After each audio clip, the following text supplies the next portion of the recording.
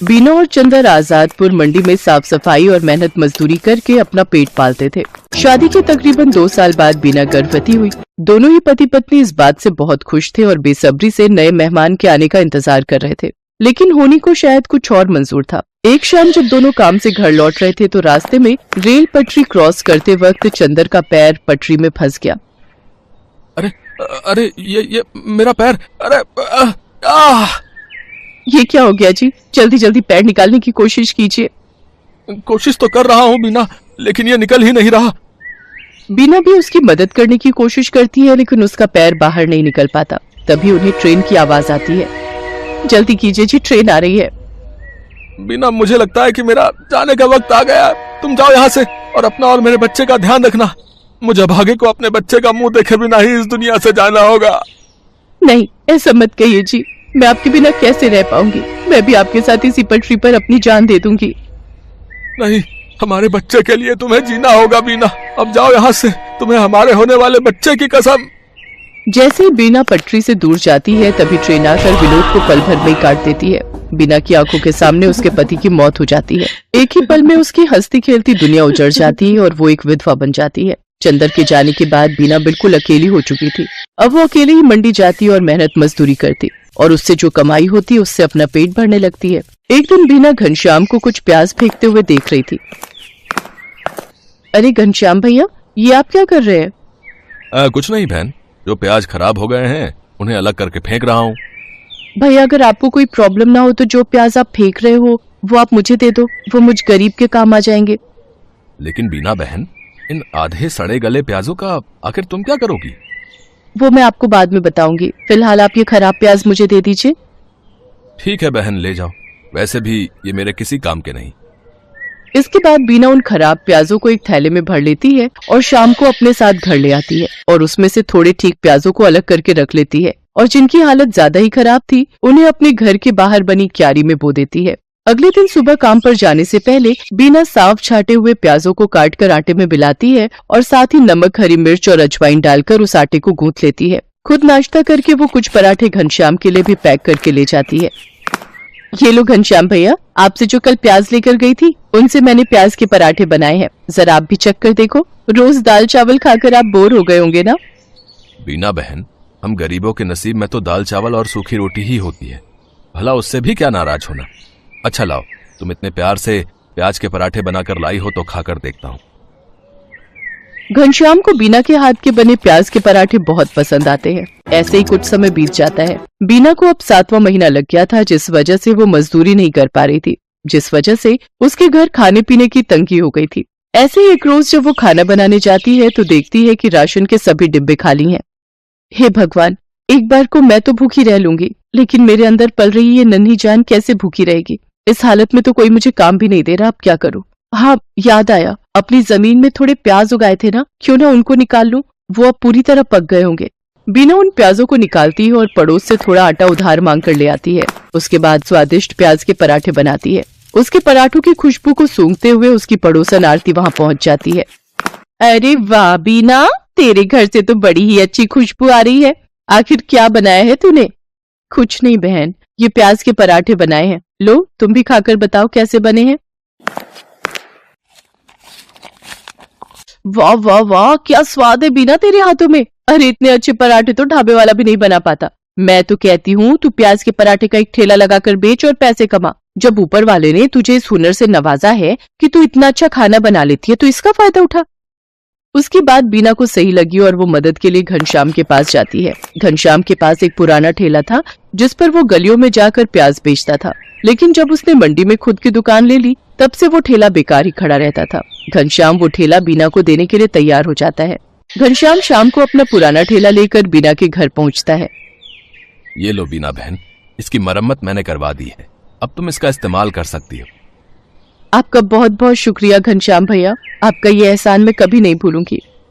अगले दिन सुबह जल्दी उठकर बीना सारी तैयारी कर लेती है और मंडी में जाकर अपने प्याज के पराठों का ठेला लगा लेती है। लेकिन काफी देर तक जब कोई ग्राहक नहीं आता तो वो सोचती है, हे भगवान, दिन ढलने को आ गया लेकिन अभी तक एक भी ग्राहक नहीं आया। अगर ऐसे ही चलता रहा तो मैं अपने होने वाले बच्चे को क्या खिलाऊंगी? लगता है अब बिजनेस चलाने के लिए कोई तरकीब लगानी होगी। एक काम करती हूँ, कम दाम करके बेचती हूँ। एक बार मेरे पराठों का स्वाद सबकी जुबान पर चढ़ गया तो वो कहीं और जा ही नहीं पाएगा। इतना सोचकर बीना आधे दाम में प्याज के पराठे बेचने लगती है। कम दाम में बहुत सारे लोग बीना के पराठे खाने लगे। कुछ दिन बीना ने सबको कम दाम पर ही पराठे बेचे, लेकिन फिर जब उसके ग्राहक बढ़ गए तो उसने रेट बढ़ा दिए। लेकिन तब तक वो पूरी मंडी में प्याज के पराठों वाली के नाम से मशहूर हो चुकी थी। कुछ ही दिनों में उसकी अच्छी खासी कमाई होने लगी थी। वो भगवान के आगे हाथ जोड़कर बोलती है, हे भगवान, तेरी कृपा से और कुछ अच्छे लोगों की मदद से मेरा काम बहुत अच्छा चल पड़ा है और मैं अच्छी खासी कमाई कर लेती हूँ। बस मुझ पर ऐसी अपनी कृपा दृष्टि रखना ताकि मैं अपने बच्चे को एक अच्छी जिंदगी दे सकूं। कुछ ही दिनों में बीना खुद का ढाबा खोल लेती है। अब उसकी खूब अच्छी कमाई होने लगी थी। उसका काम और बढ़ गया था, इसलिए उसने अपनी मदद के लिए 2 लाचार औरतों को रख लिया था। बीना की डिलीवरी का समय भी आ गया और उसने एक बेटे को जन्म दिया। महीने भर का रेस्ट लेने के बाद वो वापस काम पर जाने लगी और अपने साथ अपने बच्चे को भी ले जाती। अब वो काम संभालने के साथ साथ अपने बच्चे की भी अच्छी परवरिश करने लगी और खुशी खुशी उसके साथ रहने लगी। राधिका बच्चों को स्कूल से छुट्टी के वक्त घर लेकर आ रही थी, पर उसकी आंखों में आंसू थे। अब क्या करूं? बच्चों की फीस अगले 15 दिन तक नहीं भरी तो बच्चों का नाम स्कूल से काट देंगे। 6 महीने की फीस कहाँ से लाऊंगी? मुझे कुछ समझ नहीं आ रहा। मम्मी, बर्गर खाना है, बर्गर लेकर दो ना। मम्मी, मुझे भी बर्गर खाना है। भैया, बर्गर कितने का दिया? 10 रुपए का आलू टिक्की और पनीर लगाकर 15 रुपए का है। 10 रुपए वाले 2 दे दो भैया। ये बर्गर बनाना कितना आसान है, अगर इसमें सब्जियां अच्छी लगाकर दो तो। ये लो आपके बर्गर। मम्मी, मुझे पनीर वाला खाना था। भैया, ये लो 5 रुपए और पनीर लगा दो। बस इतना सा टुकड़ा पनीर का, इसके 5 रुपए। ऐसे तो तुम ग्राहकों को लूट रहे हो। बहन जी, 15 रुपए में अब इतना ही पनीर मिलेगा। हमें भी तो बचत करनी होती है।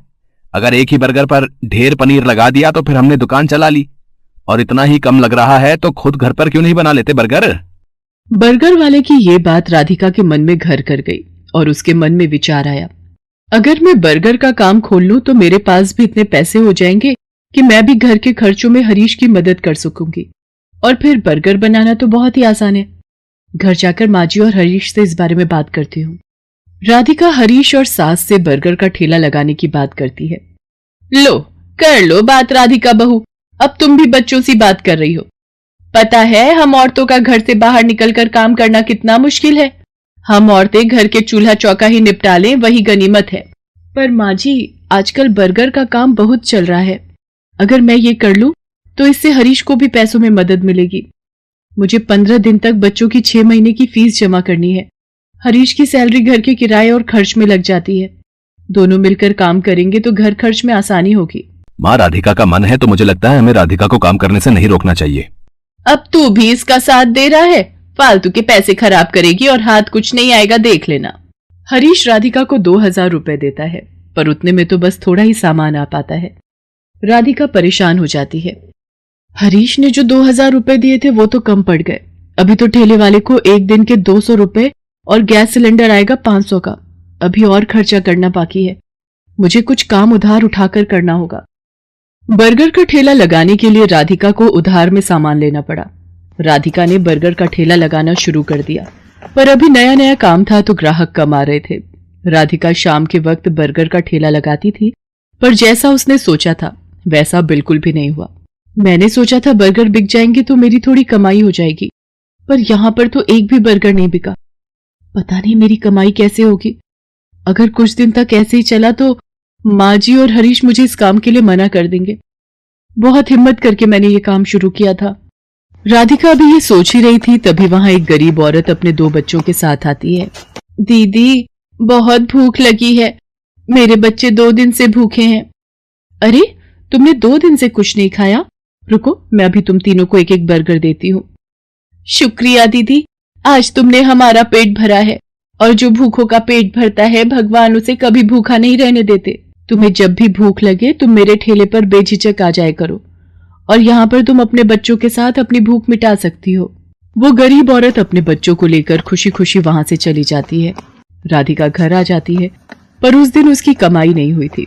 ये देखकर उसकी सास गुस्सा करने लगती है। लो, मैंने तो पहले ही मना किया था कि ये चोचले पालने की जरूरत नहीं है। पिछले 3 दिन से मुश्किल से 100 रुपए कमा कर घर आ रही है और सामान लगा लेती है 2 से 3 हजार रुपए का रोजाना का।